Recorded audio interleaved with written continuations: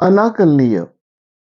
काही काही वेळा आपल्या आयुष्यामध्ये असे काही प्रसंग घडतात, की त्यावर विश्वास ठेवावा की ठेवू नये हा प्रश्नच पडतो. अशीच ही एक अनाकलनीय कथा.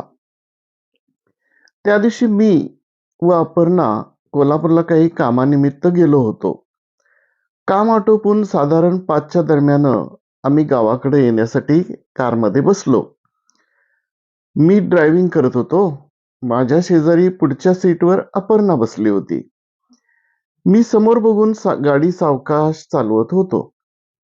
आम्ही कळंबा तलाव सोडला. माझे लक्ष मोटरसायकलवरून चाललेल्या एका जोडप्याकडे गेलं. दोघांनीही कोल्हापुरी भगवा फेटा बांधला होता. नवरा मोटरसायकल चालवत होता.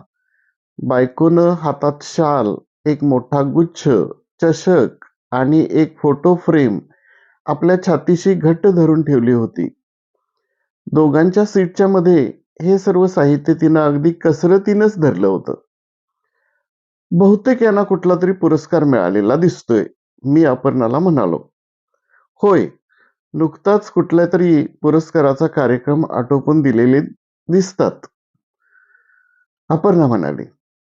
आपण या दोघांचं अभिनंदन करूया. तू तुझ्या बाजूची काच खाली कर. ते जवळ येताच आपण त्यांना विश करूया, मी म्हणालो. एव्हाना ते आमच्या गाडीच्या डाव्या बाजूच्या रस्त्याने शिस्तीत चालले होते. अपर्णानं काच खाली घेतली होती. ते दोघे गाडीच्या एकदम जवळ आल्याबरोबर मी एकदमच मोठ्यानं म्हणालो, अभिनंदन. त्या दोघांनी चमकून आमच्याकडे पाहिलं. मोटरसायकलचा वेग कमी केला आणि आमच्या गाडीला हात करून आम्हाला थांबण्याचा इशारा केला. मी गाडीचा वेग कमी केला. साहेब, थांबा जरा, ते दोघे म्हणाले. मी थांबलो. थँक्यू, आभारी आहे, पण तुम्ही दोघं आमच्या घरी चला. चहा घेऊनच जा, ते म्हणाले. मी त्यांना म्हणालो, नको, आम्हाला गावाला जायला वेळ होतोय. अहो, इथं कात्याने जवळच तर आमचं घर आहे. 2 मिनिटाच्या अंतरावर आमचं घर येईल. आमच्या पाठोपाठ या, असं म्हणून त्यांनी मोटरसायकल सुरू केली. त्यांच्या पाठोपाठ आम्हाला जाण्याशिवाय गत्यंतरच उरलं नाही. आम्ही भारल्याप्रमाणे त्यांच्या पाठोपाठ कार चालवू लागलो. डांबरी रोडला डावीकडे काटकोन करून एक कच्चा रस्ता लागला. दोन्ही बाजूला शेत. अचानक ते दोघे उजवीकडे वळले आणि आम्हाला पाठोपाठ येण्याचा इशारा केला. कच्च्या रस्त्याच्या दोन्ही बाजूच्या शेताला तारेचं कुंपण होतं. आम्ही सावकाश गाडी आत घेतली. ते दोघे थांबले. तो एक छोटासा बंगला होता. नवीनच बांधला होता. अजून रंगरंगोटी वगैरे किरकोळ काम राहिली होती. बंगल्याचं काम अपूर्णच आहे, पण आम्ही दोघे इथंच राहतोय, प्रभाकर म्हणाला. एव्हाना त्याचं नाव प्रभाकर हे माहीत झालं होतं. मला बसायला त्यांनी एक जुनी पत्र्याची खुर्ची दिली आणि अपर्णाला, ती बाई, म्हणजे तिचं नाव पार्वती हे नंतर आम्हाला कळलं, ती म्हणाली, तुम्ही मॅडम आत या. थोड्या वेळात स्टीलच्या वाटीतून आम्हाला चहा दिला. चहा पिऊन आम्ही बंगल्याचं निरीक्षण केलं.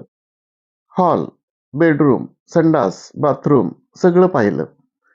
देवघर पाहिलं, पण देवघरामध्ये कोणता देव पूजला होता हे काय आम्हाला कळलं नाही. पाषाणासारखी कुठल्या तरी देवाची मूर्ती होती. तिला शेंदूर वगैरे लावून त्यावर फुलं वाहिली होती. मला थोडं विचित्र वाटलं. आम्ही जायला निघालो तेव्हा पार्वती म्हणाली, मॅडम थांबा, कुंकू लावते. असं म्हणून तिनं मॅडमना एका खुर्चीवर बसवलं. साडी, ब्लाउज पीस, नारळ वगैरे ओट्यात घातला आणि म्हणाली, मॅडम आणि साहेब, तुम्ही दोघं पुन्हा या. जेवायलाच या किंवा वस्तीला तरी या. तुमची एक लेक इथं राहते असं समजून या. मॅडम, मी तुमची आई समजून लेकीसारखी सेवा करीन. तुम्हाला न्हाऊ घालीन, चांगलं चांगलं जेवण करून वाढीन, पण या. मी वाट बघीन. हे बघा, तुम्ही आम्हाला वास्तुशांतीला बोलवा, आम्ही अवश्य येऊ, मी म्हणालो. मला एक कळेना की 10 मिनिटापूर्वी ओळख झाली आणि एवढं अगदी कसं काय अगत्य दाखवतात. पण म्हटलं असेल, एखादी वेवलेंग्थ जुळली असेल.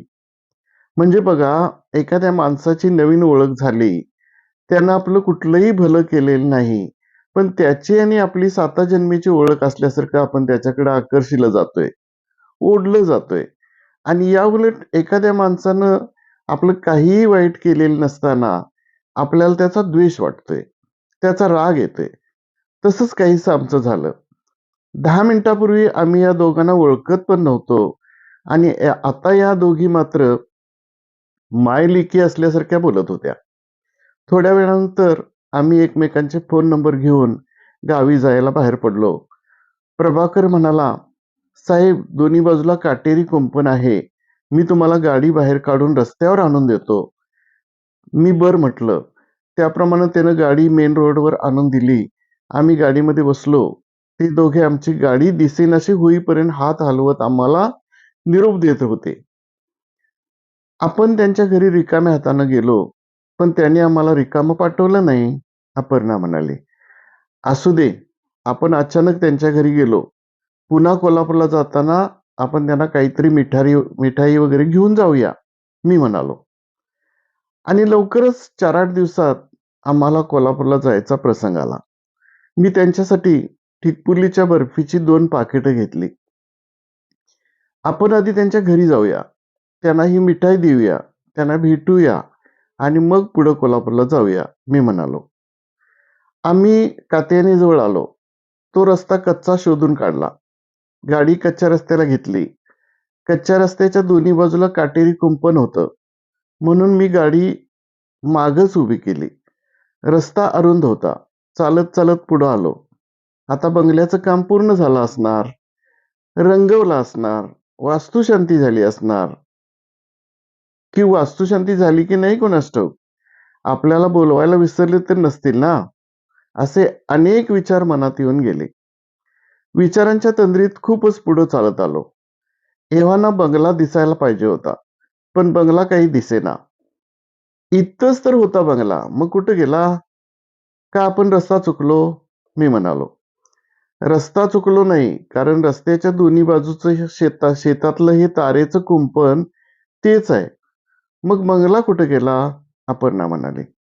इकडे तिकडे समोर नजर टाकली. सभोवती भात, नाचणा, भुईमूग आणि लांबवर ऊसाचं शेत. बंगला कुठंच दिसेना. अख्खा बंगला गायब होऊ शकतो? काहीच न कळून आम्ही चालत पुन्हा गाडीजवळ आलो. त्यांनी दिलेल्या फोन नंबरवर फोन केला. फोन अस्तित्वात नाही असा रिप्लाय आला. गाडीत बसून कोल्हापूरला जायचं मन होईना. किती वेळ उन्हात गाडीजवळ उभा होतो कोणास ठाऊक. साहेब, कोण पाहिजे तुम्हासनी? या प्रश्नानं भानावर आलो. खांद्यावर टॉवेल, डोक्याला पांढरी टोपी घातलेला एक शेतकरी आमच्याकडे कुतूहलानं पाहत होता आणि विचारत होता, कुणाकडे आलाय तुम्ही? कोण पाहिजे तुम्हाला? त्यानं पुन्हा एकदा विचारलं आणि आम्ही चांगलेच भानावर आलो. प्रभाकर पाहिजे होते, मी म्हणालो. कोण प्रभाकर? इथं कोणी प्रभाकर नाहीत, तो म्हणाला. अहो, इथं एक बंगला होता. या बंगल्यामध्ये एक नवरा बायको राहत होती. नवऱ्याचं नाव प्रभाकर आणि बायकोचं नाव पार्वती, अपर्णा म्हणाली. कोण प्रभाकर? कोण पार्वती? कुठला बंगला? इथं कोणाचाही बंगला नाही. इथं सगळं शेत आहे. आम्ही किती वर्ष झाली इथं शेत करतोय. आत्तापतूर इथं बंगल्याचं बांधकाम कुणी केलेलं नाही, त्यानं सविस्तर सांगितलं.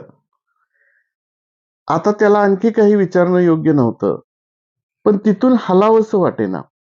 अनेक प्रश्नांची उत्तरं पाहिजे होती, पण उत्तर द्यायला तिथं कोण नव्हतं. नाईलाजानं आम्ही अनेक प्रश्न डोक्यात ठेवून गाडीत बसलो. आमच्या प्रश्नांचं उत्तर काय असेल? कोल्हापुरात आलो. कामाकडे लक्ष लागेना. मग कसं तरी काम आटोपून गावाकडे आलो. एका शंकेचं निरसन करावं म्हणून तिजोरी उघडली आणि पार्वतीनं दिलेली साडी आणि ब्लाऊज पीस शोधू लागलो. संपूर्ण कपाट शोधलं, पण साडी आणि ब्लाऊज पीस कुठंही सापडला नाही. कुठं गेली असेल साडी? कुठं ठेवला असेल ब्लाऊज पीस? काहीच कळेना. डोक्याचा भुगा व्हायची वेळ आली. काय असेल ते असो, पण सगळं घडलं हे असं गूढ आणि अनाकलनीय होतं. धन्यवाद.